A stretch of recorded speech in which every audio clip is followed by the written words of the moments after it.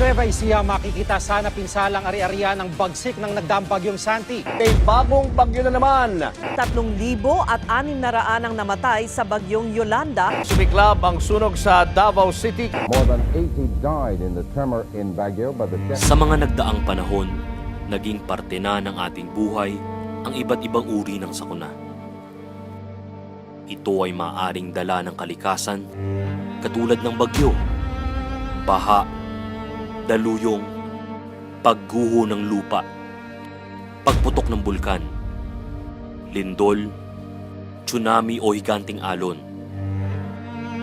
o di kaya ay kagagawan ng ating kapabayaan tulad ng krimen, sunog, sakit, epidemya, aksidenteng nuklear o chemical, hazmat o hazardous materials. Sa ating mga naging karanasan dito sa lungsod ng Cabanatuan, ang lindol noong July 16, 1990 ang nagtala ng pinakamaraming biktima na umabot sa 363. Kasama dito ang 274 na mga estudyante na naipit sa gumuhong liwag building. Sa kabuuan, ang namatay ay inabot ng 154. Sa dekadang nagdaan at sa kasalukuyan, tayo naman ay taunang dinadalaw ng pag-ulan, bagyo at pagbaha. Taunang sakuna na lalong lumalakas sa paglipas ng panahon. Epekto ng pagbabago ng klima, dala ng pagbabago ng kabuuang anyo ng mundo dahil sa kapabayaan ng tao. Bahang nagmula sa talampakan taong 1998 nang unang maupo ang ating mahal na alkalde, na umabot sa tuhod makalipas lamang ang ilang taon at nasundan hanggang baywang makalipas lang ang 3 taon.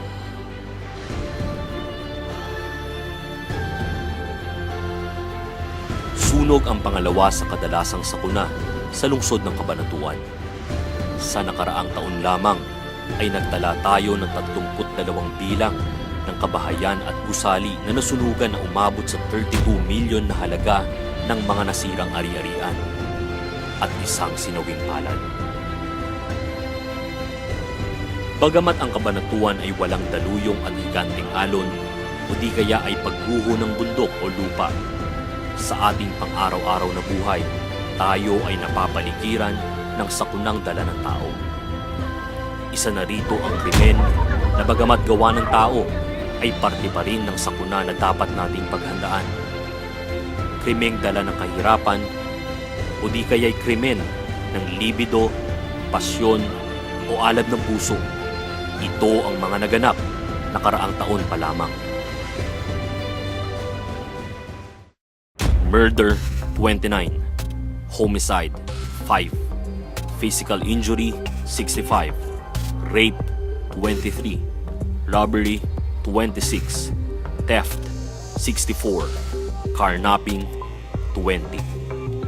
Andyan din po ang vehicular accident, iba't ibang uri ng sasakyan simula sa single na motor na nagtala ng pinakamaraming insidente at biktima, tricycle na pumapangalawa, kotse, jeep at bus. Sa kasalukuyang taon, tayo ay nagtala ng 13 bilang ng vehicular accident na natulungan ng ating quick response team.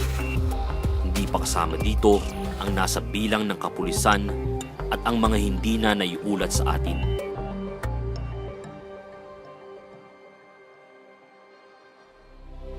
Taong 1998 nang manalo ang ating mahal na mayor, Julius Cesar Vergara. Sa kanyang panunungkulan, siya ay sinabayan din ng mga nabanggit na sakuna, dala ng tao at dala ng kalikasan. Dito ay nagkaroon ng kanya-kanyang paghahanda at kilos ang iba't ibang lokal na ahensya at departamento ng inyong lokal na pamahalaan. Bagamat magkakahiwalay na paghahanda at pagkilos, ito ay sinuportahan ng ating mahal na alkalde. Patunay dito ang mga sunod-sunod na pagtangkilik at pagbibigay pugay sa mga pinakitang kagalingan ng ating lungsod. Taong 1999 nang tayo ay manalo bilang Best City Police Station kapanahunan ng dating hepe ng ating kapulisan, Colonel Jess Descanso, at muli bilang Best of the Best taong 2002. Sentrong sigla awardee ang ating City Hospital, kapanahunan ng kasalukuyang hepe ng Ospital ng Lungsod ng Cabanatuan, Dr. Benedicto Joson. Kabilang sa 10 Most Outstanding Social Worker, Mrs. Helen Bagasao. Mga pagkilala sa ating Cesar team sa mga pinanalunang paligsahan sa probinsya at rehiyon. Grupo ng mga kabataan na may sapat na kaalaman sa temang medikal.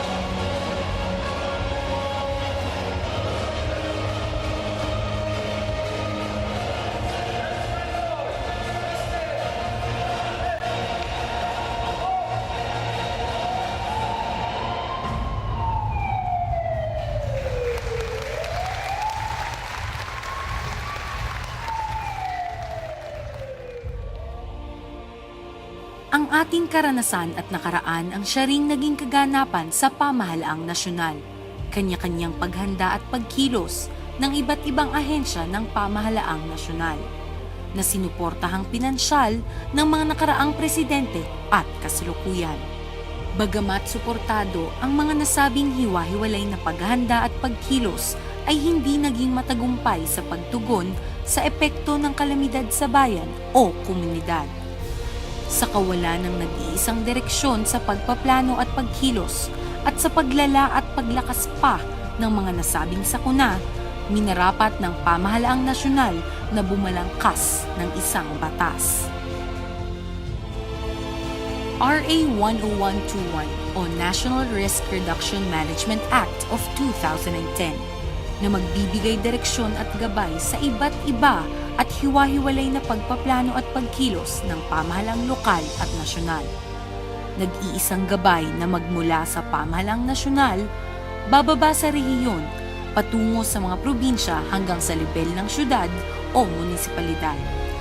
Pagsuri at pag-aaral sa pangkalahatang epekto ng sakuna sa tao, kasama na ang pabago-bagong klima ng mundo o climate change adaptation para sa paglikap ng nag-iisang plano at kilos.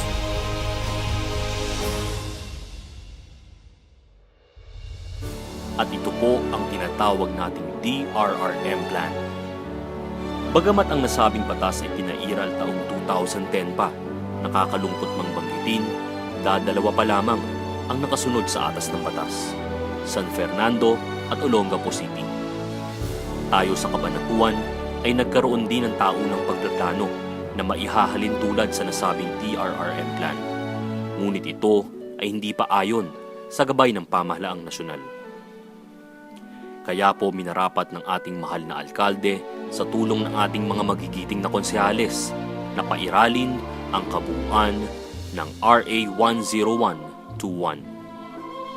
Sa pamamagitan ng lokal na ordinansa bilang 013-2014 at sa pagtalima sa nilalaman ng RA 10121, ang datihang Cesar Team na nasa pangangalaga ng CSWD ay inilipat na sa opisina ng alkalde April 1, 2014. At ito ay nasundan agad ng pagsasanay at mga workshops sa paggawa ng naaayong DRRM plan ng lahat ng miyembro ng LDRRMC na ginanap noong May 29 to 30, 2014. Kasunod din ito ang araw-araw na pag-aaral, pagsusuri, talakayan at pagpupuyat ng lahat ng miyembro ng DRRM office. At sa pagsang-ayon ng membro ng Local Disaster Risk Reduction Management Council, ngayong araw kong ito ay kinaglulugod kong ipagmalaki sa inyo na tayo ay mayroon ng DRRM plan para sa taong 2015, 16 at 17. Isang plano na tunay na akma sa kaganapan at pangangailangan ng mga taga-Cabanatuan. Isang plano na tumutugon sa gabay ng pamahalaang nasyonal. Isang plano na saklaw ang apat na tema ng kahandaan. Prevention and mitigation, pag-iwas at pag-agap.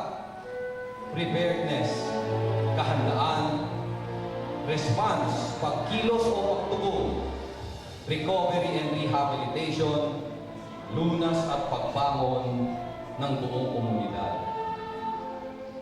Pag-iwas at pag-agap, pagsasaayos ng ating mga plano, polisiya, patakaran, pagpopondo at ordinansa na may kinalalaman sa epekto ng kalamidad. Tamang talaan at pagsusubaybay sa mga gusali sa anumang infrastruktura na bagamat silungan ay maaaring maging sanhi ng sakuna sa kapanahonan ng lindol. Pangkalahatang pagsubaybay, pag-agap at pagtatatag ng early warning system. Tamang pagpapahalaga sa modernong pamamaraan ng pagsasaayos ng nilalaman ng hazard maps, comprehensive land use map, at lahat ng uri ng mapa na resulta ng pag-aaral, pagsusuri sa nakaraan nating mga sakuna. Preparedness o kahandaan, kaparaan ng magtataas ng kaalaman at kakayanan ng buong komunidad na makipagsabayan sa galit ng kalikasan. pagturo at pamamahagi ng tamang kagalingan sa buong komunidad para sa pagsalubong sa bawat uri ng sakuna. Itaas ang kakayanan ng local DRRM Council, Office at Operation Centers sa pag-agap at pagbawas ng epekto ng kalamidad at ng pabago-bagong klima. Magsulong at ipatupad ang komprehensibong polisiya, plano at sistema ng kagayahan ng pagtugon ng naaayon sa gabay ng pamahalaang nasyonal. Palakasin ang pagkakaisa at pagkakasundo ng buong komunidad sa pagsalubong sa anumang epekto ng kalamidad. Response, pagkilos o pagtugon, organisadong pamamaraan ng pagtugon at pagkilos, sapat at maagap na pagpapahalaga sa pangangailangan ng buong komunidad at tamang pagtala ng buong kaganapan. Isang pinagsamang kilos at pagtugon ng lahat ng ahensya ng pamahalaang lokal at nasyonal sa kilos at paghanap at pagsalba.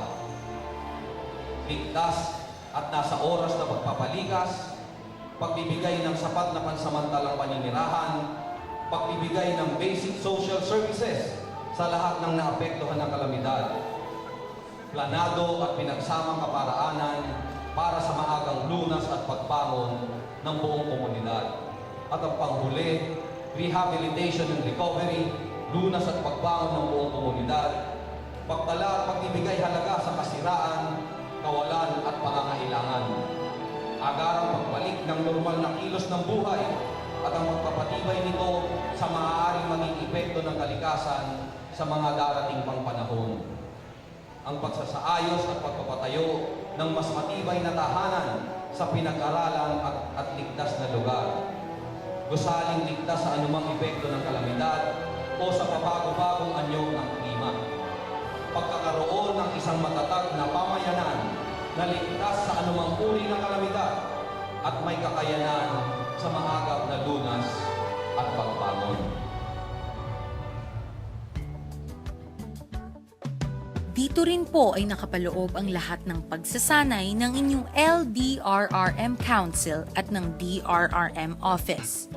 Pagsasanay na pangkalahatan, Incident Command System, Integrated Planning Course, Camp Management Training, Local Climate Change Adaptation Planning, Community-Based Disaster Risk Reduction Management, mga pagsasanay sa aspetong medikal, Basic Life Support, Standard First Aid, Emergency Medical Technician, Ambulance Operation Training, mga karagdagang pagsasanay, Water Safety and Boat Management Training, Water Search and Rescue Training, Swift or Floodwater First Responder Training, High Angle Rescue Training, Basic Firefighting Training, Crashed Vehicle Extrication and Rescue, mga karagdagang kagamitan, kakayanan at kagamitan sa baha, rubber boats, plastic boats with trailer,